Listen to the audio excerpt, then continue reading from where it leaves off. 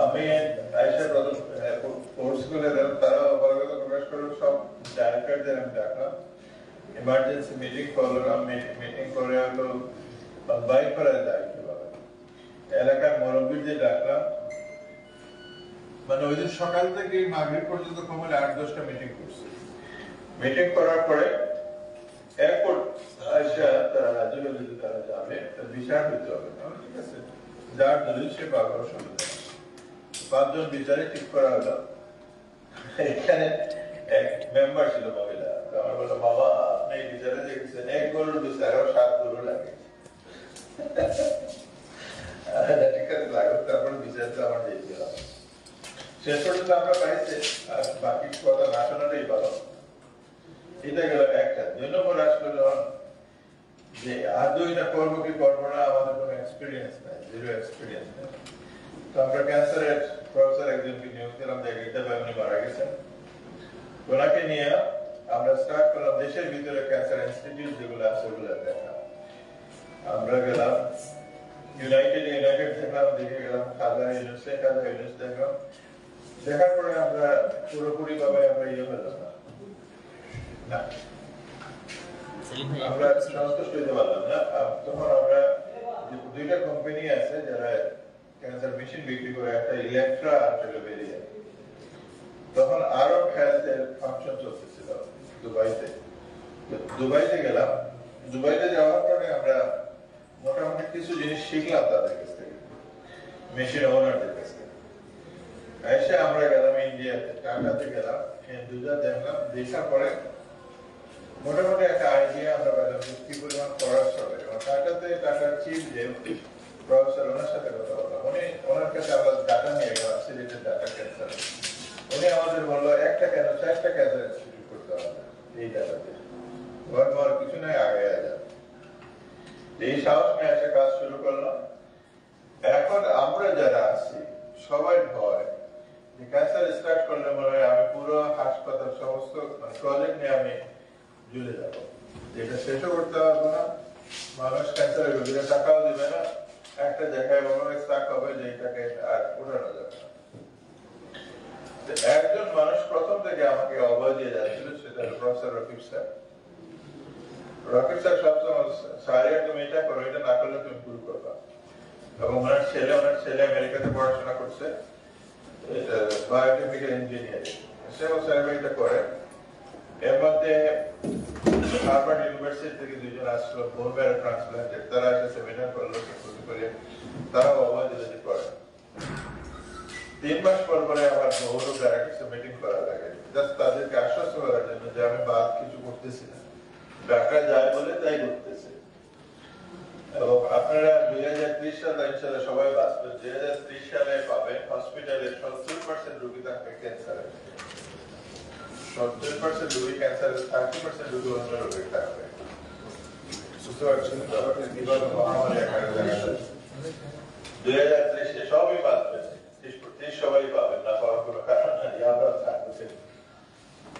এই যে ভয়াবহ অবস্থা, সেটার জন্য তো প্রিপারেশন আছে। আমাদের যে পপুলেশন 170টা সেন্টার দরকার।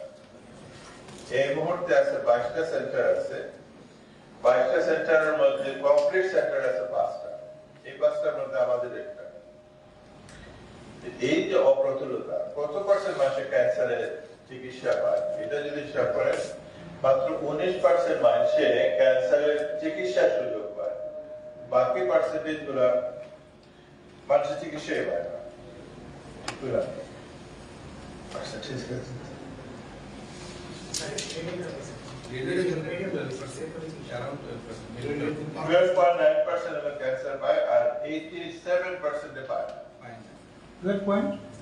12.9% রেডিয়েশন পায়, আর 87.1% ক্যান্সারের চিকিৎসাই পায় না। রেডিওথেরাপি স্কোপ নেই। তো এই যে অবস্থা, এই অবস্থা থেকে বাইরে খেতে হবে। আর একটা জিনিস যেটার জন্য আজকে আপনাদেরকে ডাকা, দুনিয়াতে আপনারা সবাই গেছেন, যে এয়ারপোর্টে যাবেন একটা কাঁচের বক্স দেবে, ডোনেট ক্যান্সার আছে না সব জায়গায়, প্রত্যেক এয়ারপোর্টে আছে। আপনার দেশে আছে কোথাও নাই। এটাতে যে অবজ্ঞা করতেছে অবজ্ঞা করতে পারবে না, করার সুযোগও থাকবে না। এখন আমরা জায়গা দিতে পারি না। আপনি বিশ্বাস করবেন এই এলাকার যত বাড়ি আছে প্রত্যেকটা একটা রুম করে মানুষ ভাড়া দেয়, মানে 1.5 মাসের ভাড়া নেয়, 5,000, 10,000, 20,000 যা পারে। এবং সব মানুষ কিন্তু এখানে মোটামুটি স্বাবলম্বী হয়ে গেছে এই ক্যান্সার ইনস্টিটিউটের কারণে।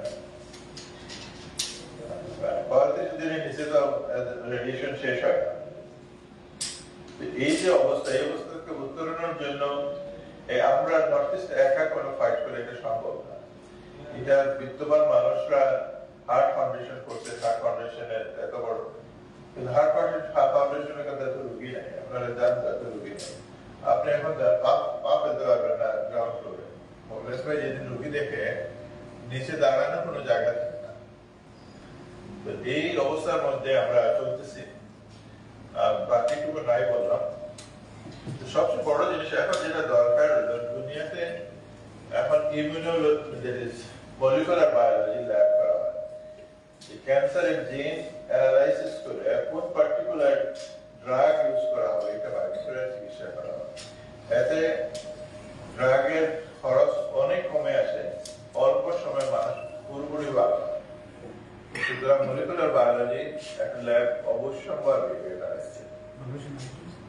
বাংলাদেশে একটা হয়েছে বগুড়াতে, আমাদের সাথে অস্ট্রেলিয়ার কথাবার্তা চলতেছে, আমরা আশা করতেছি আমরা করতে পারবো, জানি না আল্লাহ শেষ পর্যন্ত কোন জায়গায় নিয়ে যায়, তো চেষ্টা করে যাচ্ছে। এটার বেনিফিট মানে আকাশচুম্বী বেনিফিট, রেডিয়েশন থেরাপি আরো বেশি বেনিফিট দিতে।